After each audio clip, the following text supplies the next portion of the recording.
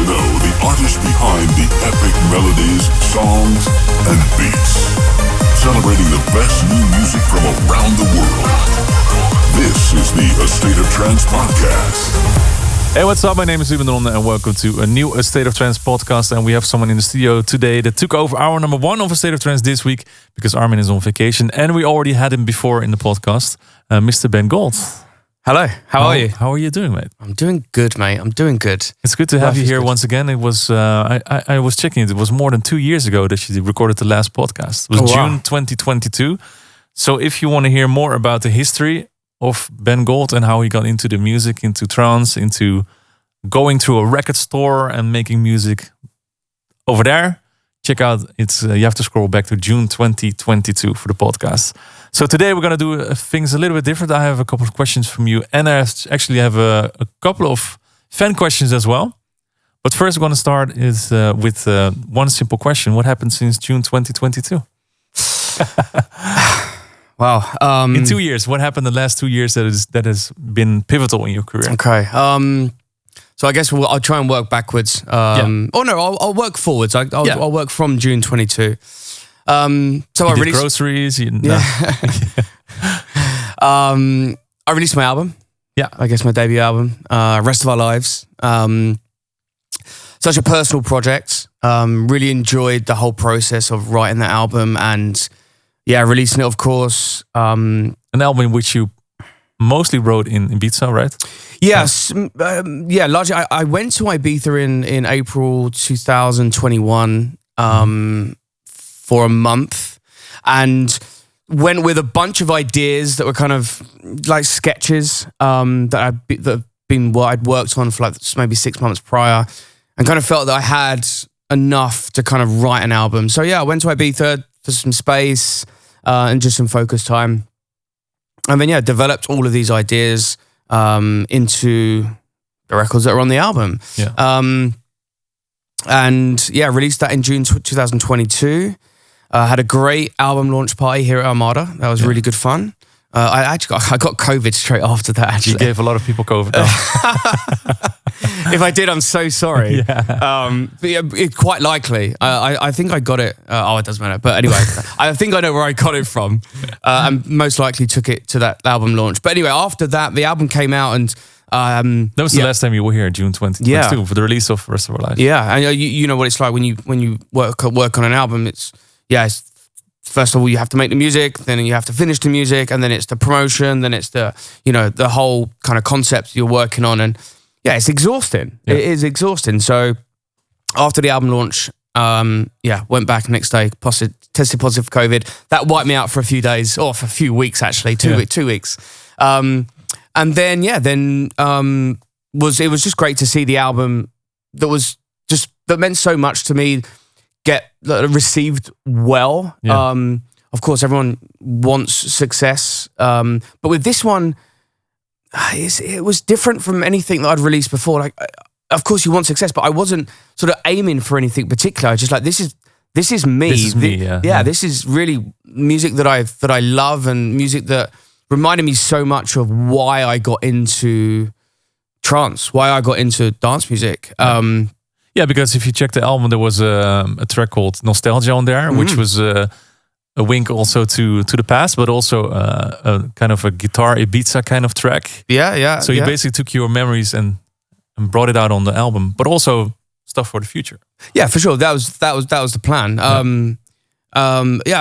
Every record on there I can connect to a time or a moment that I had, mostly on a dance floor somewhere before I was a professional DJ, like a budding bedroom DJ. But I was going out listening to, Armin, Tiesto, Ferry, Sana Van Doorn, Paul Oakenfold, Judge Jules, these guys. And they influenced me and my sound, and I feel I wouldn't change anything about it. And I think that's a success for me.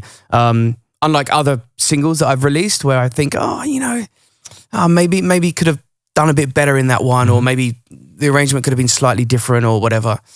So the album came out, and then... how do you make sure that you didn't fall into a void after that? Because, there's so much time and effort and blood and tears going into the album, and suddenly the project is done. You know, you did some touring, you did all the promotion, you did the releases, you did all the singles, maybe some remixes here and there, and suddenly, okay, now what? It's out there. Yeah, it's such a strange feeling.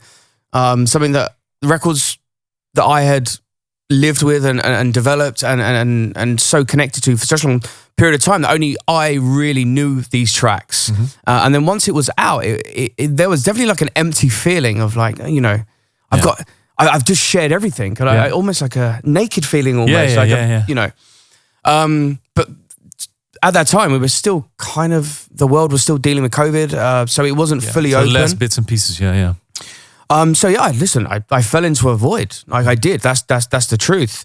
It was challenging, difficult. Just a bit of a kind of dark time, really.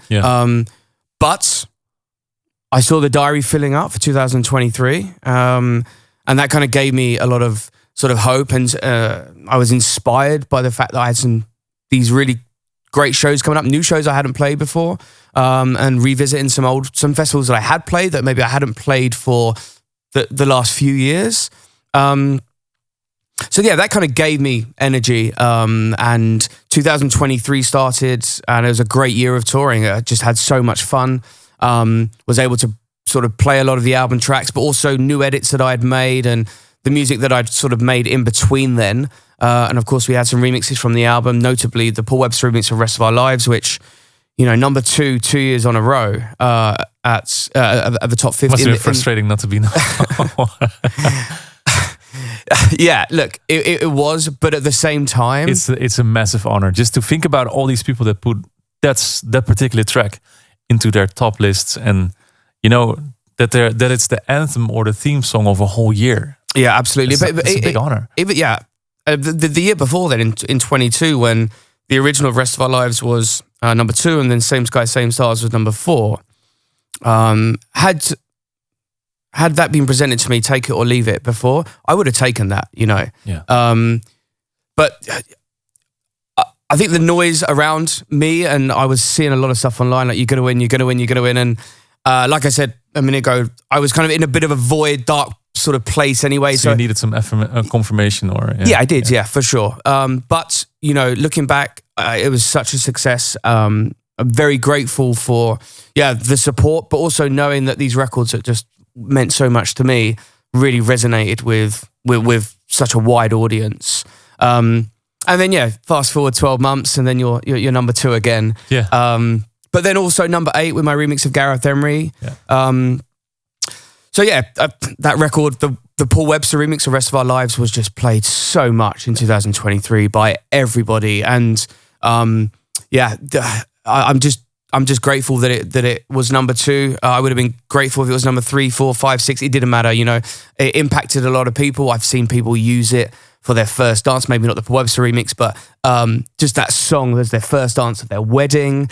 So that's, you know, you can't replace those kind of feelings. True, yeah. You know. Sometimes when you get a message like that, you read through it and then you have to step back and actually realize. So people choose a song that you created while sitting in your pajamas behind your computer, whatever, as their first dance for the rest of their lives. For the rest of their lives. So it's the first dance in a marriage that has to be like the biggest honor you can have as a musician. I think so. It doesn't get much bigger than that. And it reminded me of the impact that my record Stay had on people as well. Mm-hmm. Slightly, you know, different kind of meaning. Rest of Our Lives is, you know, sort of a love song. A love song, really. Yeah. But where Stay is a bit more darker. But also just it connected with people in a different way. And it feels great. Like I didn't co-write Stay, but I did co-write Rest of Our Lives and Same Sky, Same Stars. Mm-hmm. But love the response from the people, and forever grateful. And listen, it's still Stay particularly, still one of like my most requested songs. Mm-hmm. And there are some shows that I just have to play it at, and it's like five years old now. Yeah. So that's quite insane. It's a bit of an evergreen, isn't it? Yeah. Yeah, it is. Yeah, I guess it is. Look, Schneider did an unbelievable job on the remix. Roxanne Emery wrote an amazing song and Sivan delivered an outstanding vocal. I've said that before. Million times. Yeah, but it's just so true. So yeah, 2023 was amazing touring wise. It was great to kind of get back out there again after, you know, a few years or a couple of years of, you know, being at home and. But I just want to jump back for one thing, because I find that quite interesting. So you release an album and then you go into a void. Is that because it always takes a little bit longer before an album kicks in, or shows are being booked so far ahead that you were like, okay, this album is coming out, and why am I not doing these things or those things? Or I think, yeah, potentially there's some of that. But I think... Or it's just because you put all your inspiration, all your juice in there in the album, and then you have to find something new again, or you have to make sure not to repeat yourself, or... There's all that in there as well. Yeah. I'm answering your question. That's really stupid, but...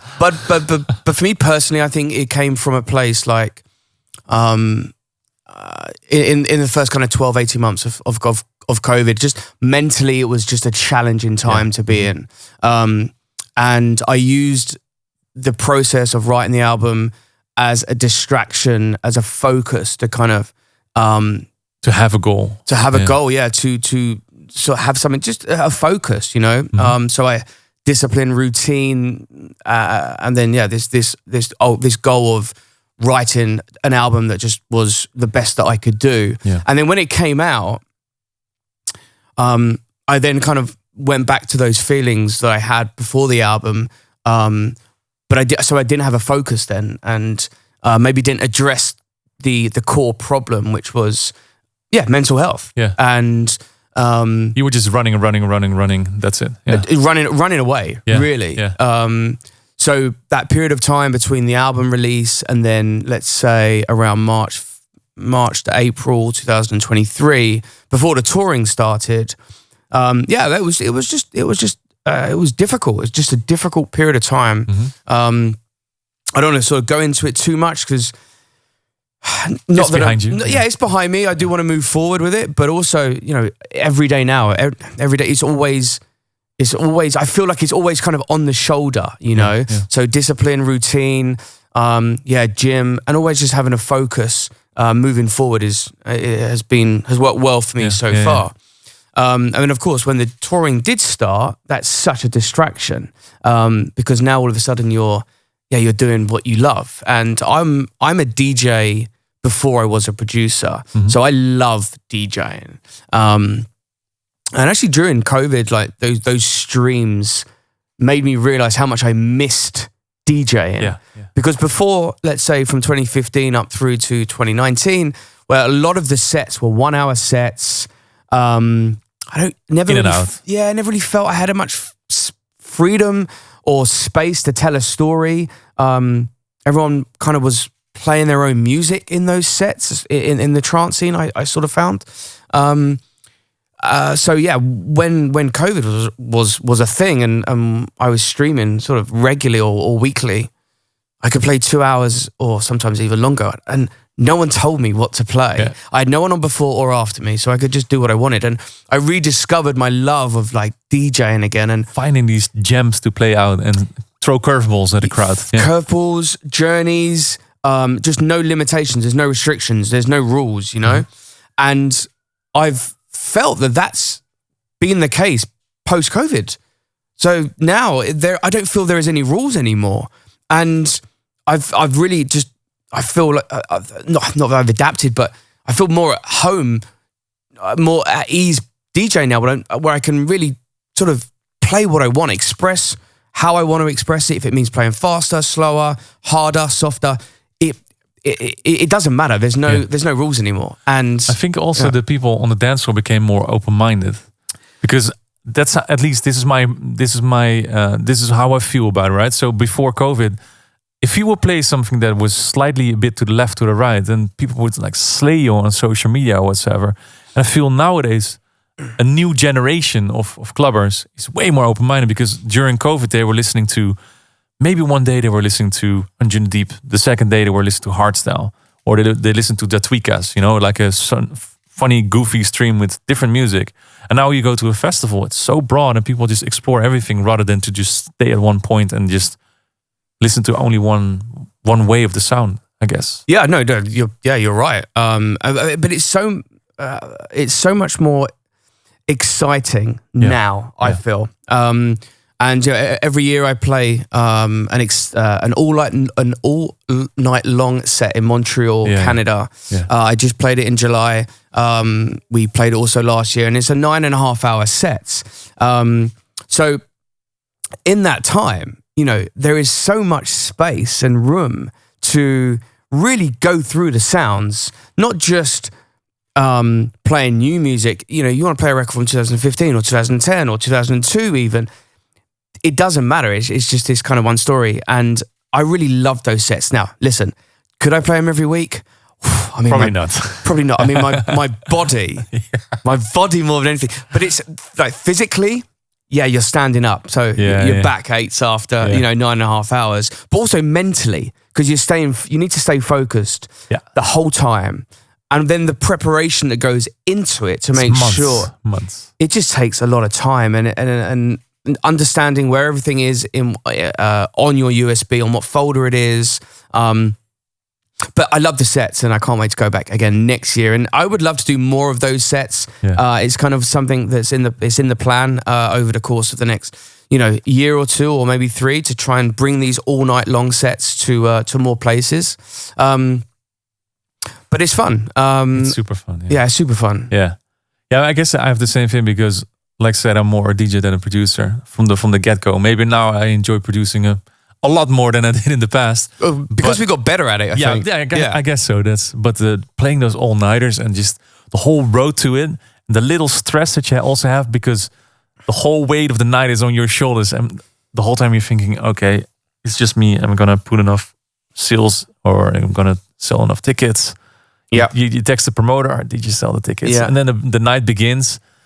And you're like, okay, that's where it's empty when you start. Yeah, literally. Is there going to be people? I know that tickets were sold, but are they coming? Yeah, are they going to come? Because it doesn't mean that they are going to come. Yes. Listen, for the first 90 minutes of my set in Montreal in July, I think I maybe had 15 people on the dance floor. Yeah. Now, of course, we did well on tickets, and I knew that. Well, I knew they sold, so just had to hope that they turned up, and they did, and we did great on numbers, and maybe I could have played a little bit longer. There was certainly enough people in there at 6:30 in the morning to play longer, but I was knackered. And, but you have to stop at a certain moment. You do have to, because otherwise it's just gonna. They will just keep going. Yeah. They will just keep going, and I do love that about Montreal. But The best thing is we get to go back next year and do it. Nice. So buzzing. So for more that. open to closes in the future. Yeah, yes, please. That's what I loved about the fact. Also in the US, for example, there's a lot of smaller cities that have smaller clubs and smaller amount of people necessarily in the club. They want to do those nights as well right now. So for the future, it's gonna look nice. I think. Yeah, I think those nights. Yeah, I'd love to do those more and more. I mean, I think like a 6-hour set is very manageable to play every weekend. I could do a 6-hour set every weekend.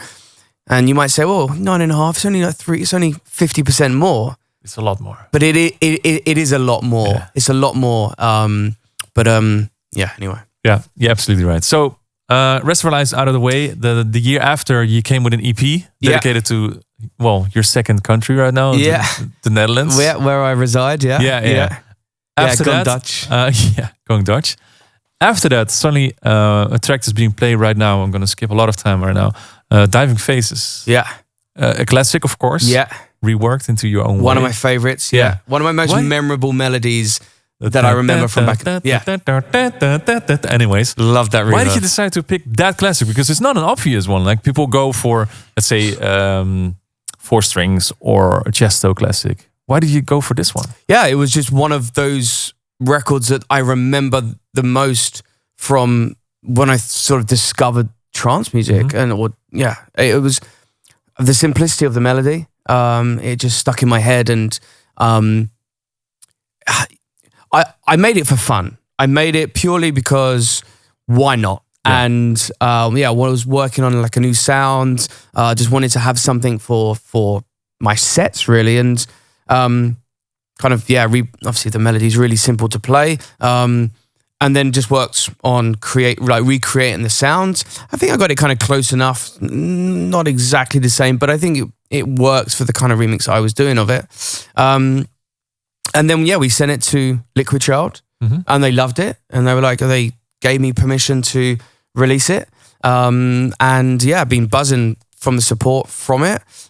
Remixing a classic is always it's a challenge, but it's also a little bit risky because so many people have a connection or a moment that they connect that record to, like the original. And I get it. Not everyone's going to like a remix. It was like when I remixed Cherry Blossom, or when I remixed Nines and Pascal Filet's Platinum. But those are more obvious classics. Yeah, they are a bit more obvious. Yeah. But you'd say, or you'd suggest that maybe they were a bit more risky. Yeah. Because of how well known they are. Yeah. But those ones were incredibly successful. So what do you think of the current state of the music? Because there's a lot of reworks right now. What do you think about that? I just think we're on that cycle, aren't we? Yeah. Like we're on that 20-year cycle. I think on one hand, I think embracing it is the way that I'm sort of going about it. I am embracing it. I think the fact that these new ravers and these new clubbers are hearing these records for the first time in a slightly different way shows that how strong the music is. Yeah. The fact that these records 20 years on still, the melodies still resonate and still work. Okay, yeah, of course. The production's different. But in some cases, they're actually not that different, are they? No. Some of these reworks, they're not that different. They might just sonically and dynamically sound better because production techniques have improved. But I feel a lot of artists, a lot of producers right now are actually chasing that old sound as well. Yeah, they would go on like marketplaces to get these old machines as well. Like Ben Hemsley. Yeah. Most of the stuff he does is hardware. Yeah, absolutely. Yeah, So, and I think the scene's in a good place. Like the overall scene. I 100% agree Pockets with you. of it might be in a different situation. Well, I think, yes, but I think in general people are listening to dance music again, and I feel that we could have gone two ways out of COVID. On one side, people would go to live music in 100%, or go for dance music. And what you see right now is the kids are going for the hard and fast stuff, which makes sense because they never had a clubbing experience, so they come out of COVID. They're like, hey, I want to rage, I want to go. Hard, listen to this hard techno sound. Yeah. And in the UK, you see the classic trances or club trance or whatever is coming back. And on the other side, if people listen to kind of music, the Afro House, the chill stuff, Anima is coming with massive visuals. So dance music is booming. It really is. Yeah, for sure. Which is great to see. Yeah, it is. And the whole wave of like new artists that are now tons. Yeah, I mean so hard much. To keep up. I mean SoundCloud, like before post-COVID, I never really looked on SoundCloud for as a way of shopping for promos or looking for promos. It would always be Beatport, where now maybe there's a 50-50 split. I go on SoundCloud and a lot of guys are giving away their bootlegs or even their original records for free downloads. They want your email address or they want a comment. Okay, fine. Yeah. You can do that. And you're getting all this music and stuff that doesn't even make it onto Beatport. Yeah. So obviously that's a whole new way That's also because kids of, let's say, producers that are 16, 17, and the fact you get to listen Yeah. to the entirety Yeah. of the record, not like a 30-second clip that's, I don't know, 50 kbps, on Beatport, which just sounds rubbish. You listen to the full WAV on SoundCloud. Yeah. Maybe that's... Yeah, definitely, I agree. And but what I was saying is that these producers that are 15, 16, 17 or 18 years old, they release it and they say releasing it basically means sending it out to the world, sending it away for free, putting it on TikTok, SoundCloud, and they see that as a release. Yeah, absolutely. Because in exchange of a like or whatever, a like can earn more money in general than a stream on Spotify. Yeah. So it's not a weird way to approach these kind of things with this new generation that's out there. No, you're right. I mean, that's a whole new podcast. What are we doing? But What are we doing? Okay. Yeah. It's just a different way of It's a different way. Yeah. It's a sign of the times. And how the music is changing, like we've spoke about, and these new artists. So of course, there's going to be new ways to get your music out there, and yeah, I'm fully embracing it. I think it's great. It's exciting. Exciting and freedom. There's a lot of freedom. There's a lot of freedom, and yeah, going back to the point about being a DJ, freedom is everything, and knowing that I don't plan my sets. I have an idea of what I want to play. I also have an idea what people want to hear and what people expect.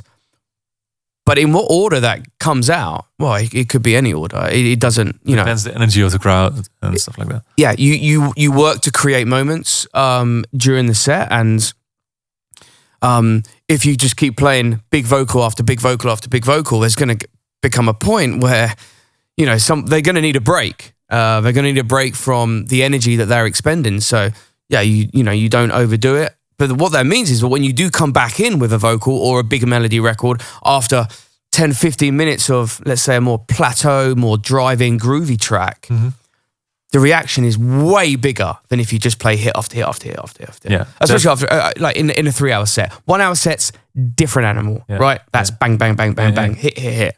But anything over 1 hour, like more club sets, extended sets, then yeah, that's you just get a much better reaction. That's how Chester used to do it back in the days when he would play like a techno song in between all the big vocals, reset the dance floor, and then again. That's why he's king. Yeah, for sure. There you have it. There you go. Follow the king. If you didn't get that one, check out the rest of our lives. You should do that. All right, so let's jump into some questions because we've been talking for a long time. Let's jump into the questions that were submitted. Nija Sandra, not going to ask you anything, but just wanted to say congratulations on getting married, because that happened last month as well. I'm so glad we could loop back to that, because I was thinking, we've spoke about 23, but yes, 2024, June 14, I got married, and best day of my life. Yeah, you were there. Yeah. It was great you were there. Yeah. Had an amazing day. And actually, do you know what? I think now's a good time to say it, because I hadn't said it before, and partly because I wanted people to listen to Rest of Our Lives, the song, and make up their own mind about the meaning and stuff. But like I said, I co-wrote that with Roxanne Emery. But in the song, there's a lot of references. Yeah, the song is only references. Yeah, it is. The song is the story about a holiday, a vacation that I took with Sharon in Los Angeles. Yeah. So the whole song is about our journey. And I mentioned that it was personal. It's really personal. Really personal. Yeah, because where Same Sky, Same Stars is about missing someone, and that someone could be anyone. Yeah. Rest of Our Lives was really about me and Sharon. Yeah. And it was a no-brainer to make it the title song of the album. And title song of the wedding. Yeah, it was. Yeah, it was. Yeah, we had when during the or before the ceremony, when Sharon entered the room, the altar, when she walked down the stairs. Yeah, you have to picture Hogwarts, guys. Yeah, the stairs, like in a castle, was beautiful. Yeah, yeah. Where the string quartet played "Rest of Our Lives," and that was a really great rendition of it. I wanted to give a quick mention to Paul Skelton, an Irish producer who. Phenomenal piano player. Oh, he worked with me, and we developed that version of Rest of Our Lives together. So shout out to Paul. I really appreciate the time that he spent to do that with me. And then of course, during the dinner service, we had a pianist play during the dinner. And of course, I have to paint a picture here, because I was sitting at the table with a couple of other Aniphilos there. I was there with my girlfriend, and James was there, and that's other amazing people. And Greg Downey was there as well. And the pianist was sitting right next to us, and he was playing banger after banger on the piano. And we were just eating dinner, and like, hey, it's this song, this song. That was really nice. That was a nice touch. It was nice. Yeah, we said to him, he sent through his playlist that of the songs available, but also he was really open to playing records which weren't on the list. So for example, Deadmau5 Strobe, he played that one which wasn't on his list, but he learned that. And he learned a version of Rest of Our Lives. And we went in to do the room reveal And he was playing it, and I didn't expect him to be in there or playing it. Kind of before you guys saw the room, we saw the room. Yeah. And he was playing it during that moment. First, the priority boarding. Yeah, there you go. Yeah, promoters. Yeah, we're organisers. Yeah. But yeah, incredible. So I got married June 14, and a great day, best day of my life. Yeah. Amazing. Well, thank you, Nidja, for mentioning that as well. Yes, thank you very much. Those are the most important things in life, 100%. Cinnamon, Flores, actually, he's not here today. Most of the times he's behind the scenes here, making sure that you see everything that you're seeing here right now. What is your favorite soup from Corolla, from the kitchen here? Today we had pumpkin soup. Yeah, we did pumpkin soup. Today was pretty good, actually. Well, so it's been 2 years since I've been here. Yeah. So I'm trying to think back. What soup have? To be fair, shout out to the canteen lady because she's super friendly, always smiley, always says hello, and she always delivers a really nice lunch. Yes. So I think if she's listening, because she might be, because she's only next door. I love all the soups. I love all the soups. They're all favourites. Yeah. So thanks for that. Daphne Kouwenberg. Finally, the release of his new amazing vocal ID is teasing us way too long. Tell us a little bit how the Bo Bruce collab came along. Half Light. Yeah, Half Light. So buzzing to be working with Bo. Really enjoyed the process. Had been sort of chatting for a while before sort of pen went to paper, if you like. I sent her a demo which sounds nothing like how Half Light now sounds, but the key was the same. But the melody completely different. And I was in Bali in Bali in Indonesia playing Warehouse Project last December, and James, my A&R at Armada, he sent me through something on WhatsApp. He's like, make sure you're sitting down, but give this a blast.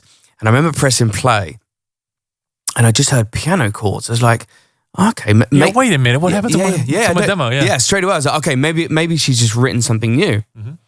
No, what they'd done is they'd taken the chords from my song and then just played the piano, and then she sang over the chords.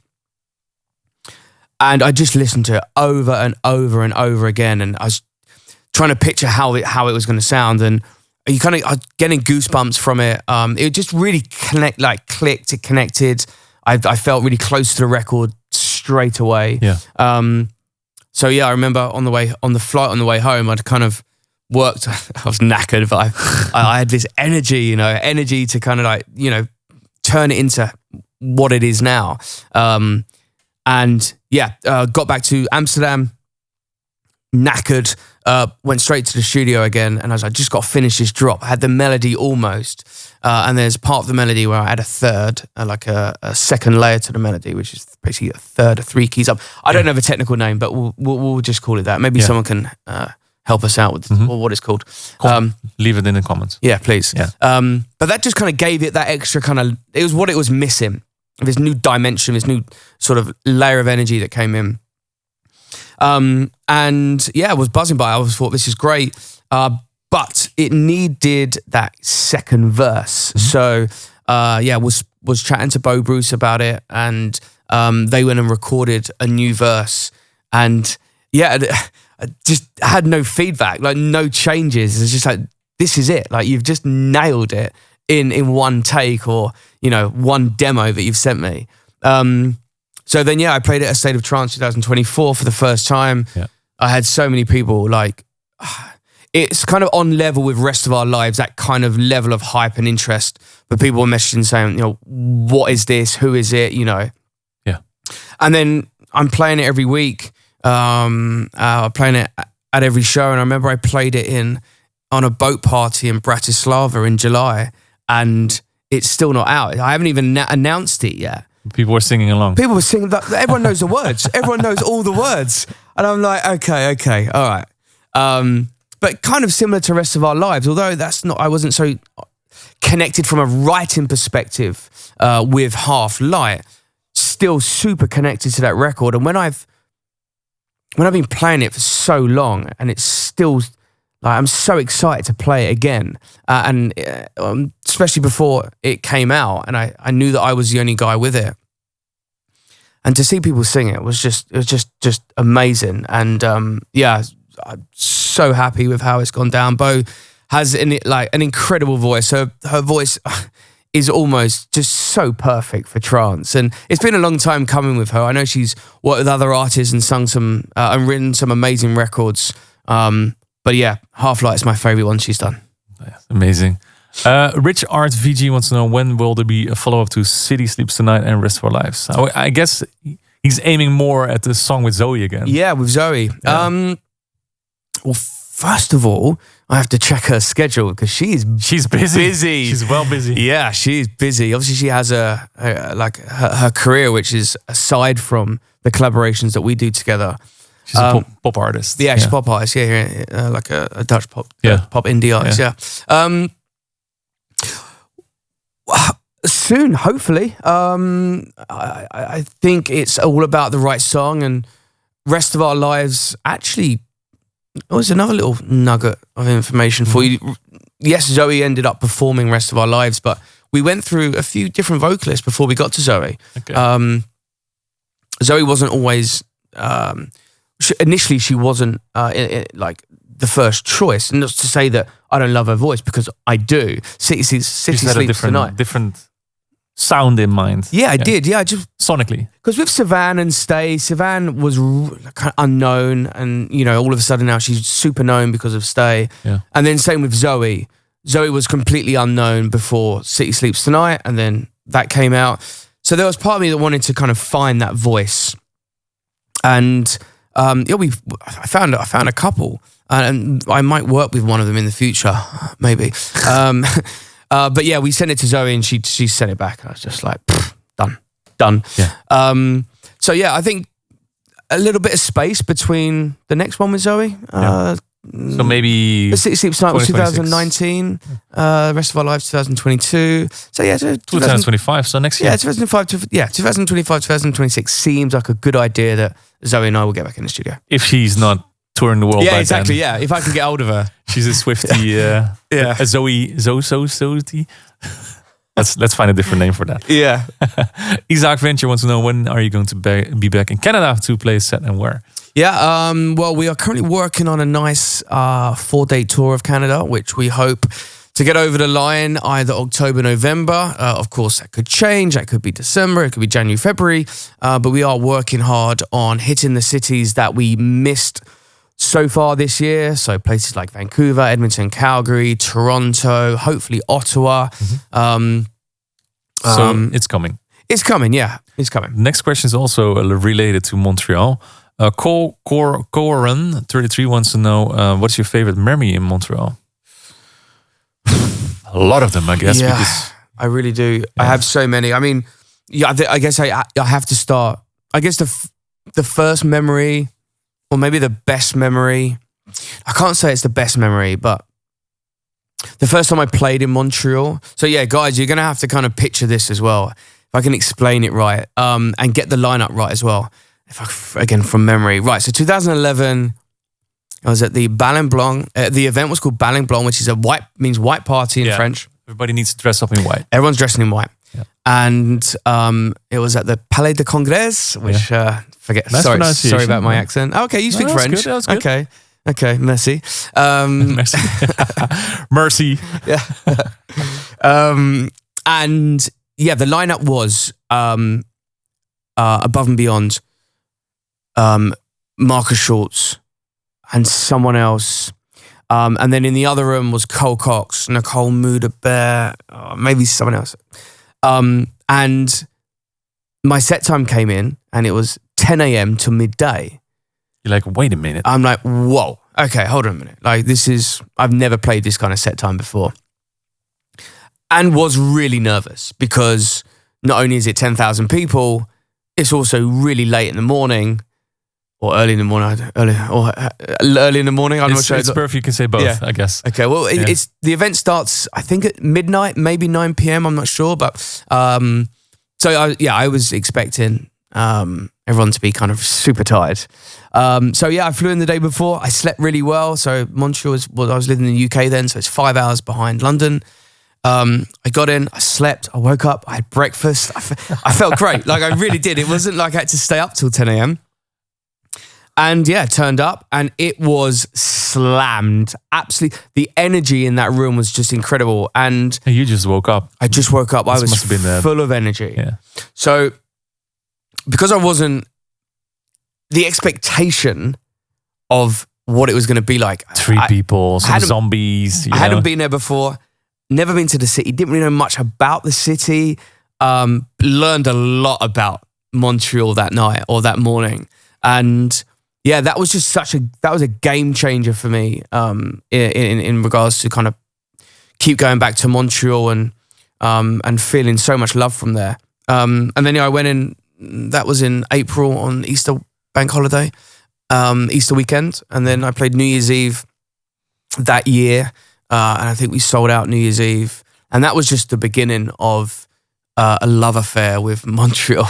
Yeah. And been very blessed to go there every year since. I think we missed 1 year because of COVID.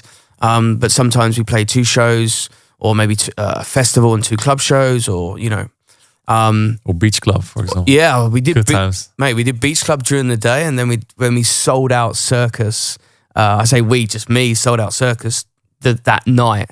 And that was one of the best nights also. Yeah. But now we go back and we just do 1 show a year in Montreal and we do all night long. It's the 2nd year that we've done it this year.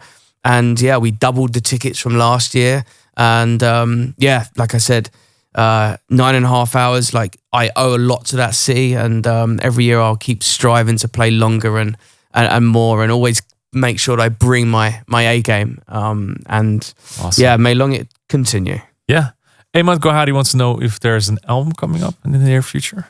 Well, I have enough music for an album, which is insane. Yeah.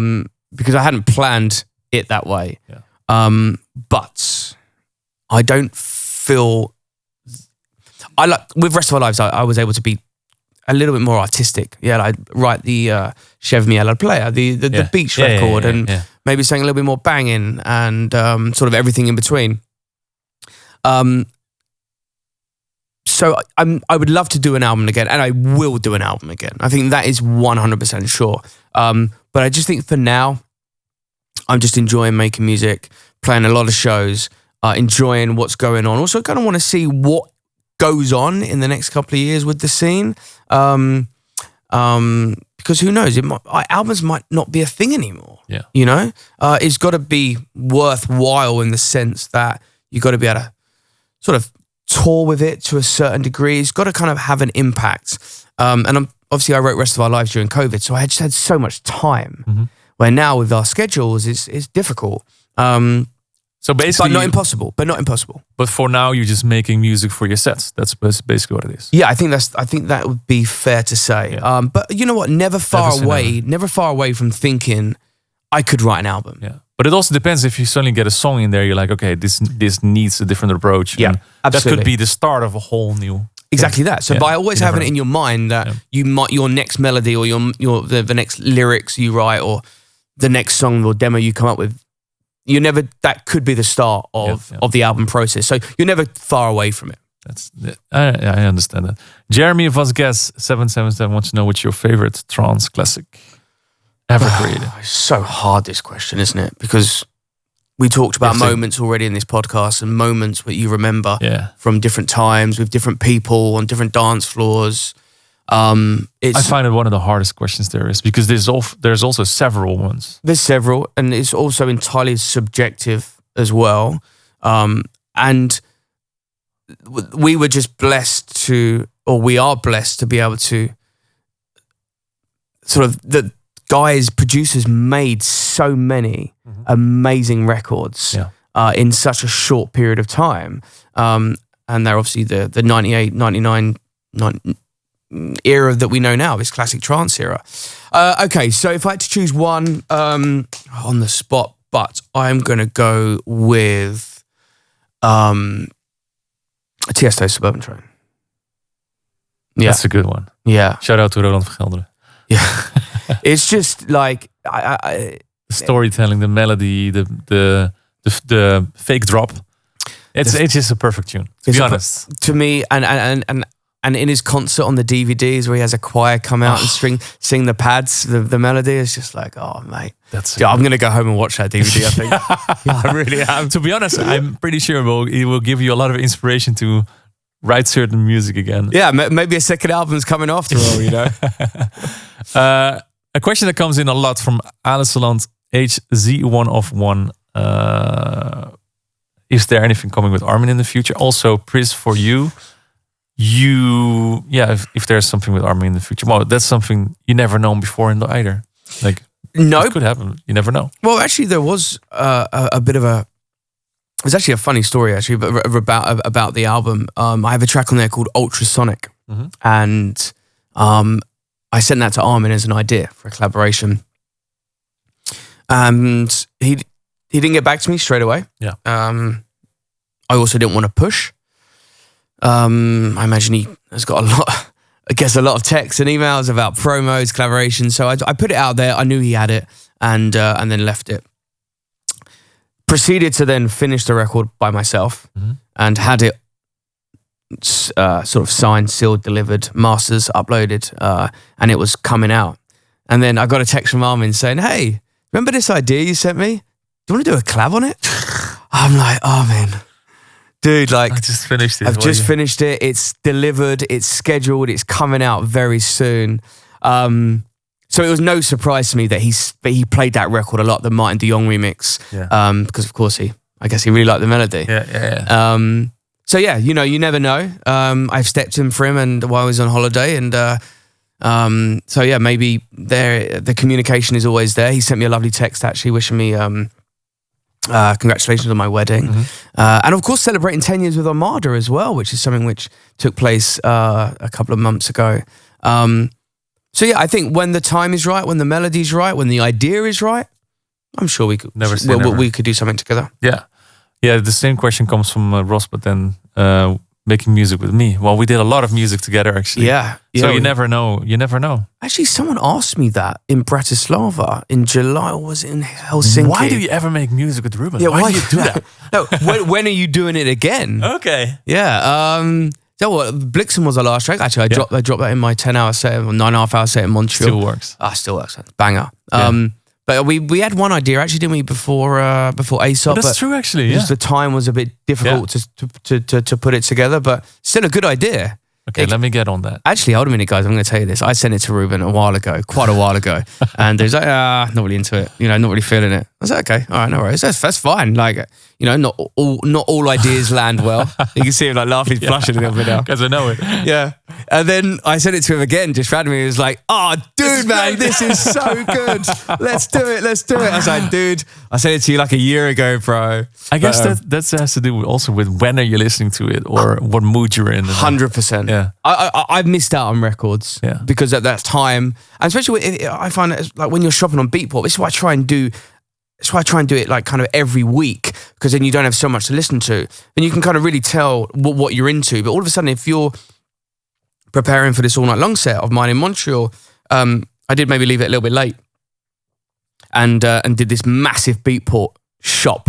Yeah. And when you're listening to so much, some of it you might miss some records because other ones are better, or maybe you're not in the right mood, or do you know what I mean? Yeah. So they've got that. You can have a secondary cart on Beatport now. So I kind of put everything in my cart. And the ones I think, I'm not really too sure, I put that in my secondary cart. And I'll always go back to that, like on a different day, just to listen back and go, actually, no, that's a good one. That needs to come in. I need to buy that one. That's a smart idea, to be honest. Because, like you say, not every time, you're not always hearing the same thing, or it's rather, you don't hear a good idea. And I guess it's the same in the studio. If you're making a lot of melodies, making a lot of demos, that's why it's great having an A&R, because I send, and the friends as well, like we send each other a lot. I send a lot of my demos or ideas to friends outside of music, some like inside music too, and A&Rs, because sometimes I just don't know if it's good. Yeah. Like I know I like it, but is it special? Yeah. Is it really good? Actually, that was with Nostalgia actually on the album. I was like, nah, it's okay. I think it's all right. Yeah. And I sent it to James, and James was like, no, this is brilliant. You must finish this one. This one's really good. And then actually, we just played a Silver City remix in my idea reveal. Silver City remix in my guest mix. So, and also, I think the funny thing is when I look back at the collaboration that we did, was everything is always so different from the last one. Yeah. Like we did a chill out track together with Luis Duramax. We did the anthem for Electronic Family, of course. Yeah. We had 2 Ghost. Yeah. Ghost. Did that one come out? Yeah, oh, it did come out. Album. Yeah, it was on the album. Oh my god. Yeah. There you go. See, we've made a lot. Yeah. And we've also made And some a stuff that Blixen. hasn't come out. And Blixen. So 2 also. Yep. Bomb Squad Kittens. Bomb Squad Kittens, Era Festivus. Oh, yeah. So there's a lot of stuff that we created together throughout all the years. And the funny thing is with the last one, Blixen, at first when you sent it to me, like the first idea, you were like, oh, this is way too fast for him, right? Yeah. And it was like, fast. Yeah. Yeah. And I was like, fuck it, just do it. Let's just do it. And I think the result was really nice. We had a couple of nice studio sessions together and recorded Blixen. Yeah, there you go. I was going to say Blixen. Ruben's That's this microphone. sounds great. Ruben's great. Blixen. And you recorded it right here, and it's Ruben's voice. I think we pitched you down a little bit. Little bit. Yeah, just a little bit. Blixen. Yeah, there you go. And we actually recorded, didn't we, a thunderstorm over the Netherlands, and we used that in the background of the song. That's cool, man. Yeah, that's cool stuff. That's cool stuff. Okay, we have to do it again. Yeah, we should do it again. Let's see if there's something here. A lot of people are saying like, when are you coming? In Hamburg, Bogota. What else do I see? Dagestan, Buenos Aires. What can we expect? Well, you were there last week. Yeah, that's pretty much all the questions that we had. So we made it this a lot longer than it was supposed to be anyway. So like always, I'm sure we said let's do 20 minutes maximum. Yeah, that's what we said before, and we already recorded the podcast, so it's only 20 minutes. So thank you for answering all these questions, man, and thank you for standing in also for Armin this week on A State of Trance. Yeah, that's it. Any last words for the people that are listening, that are still listening after all this time? Well, thank you for sending in the questions. Some really good ones in there, and thanks for the support.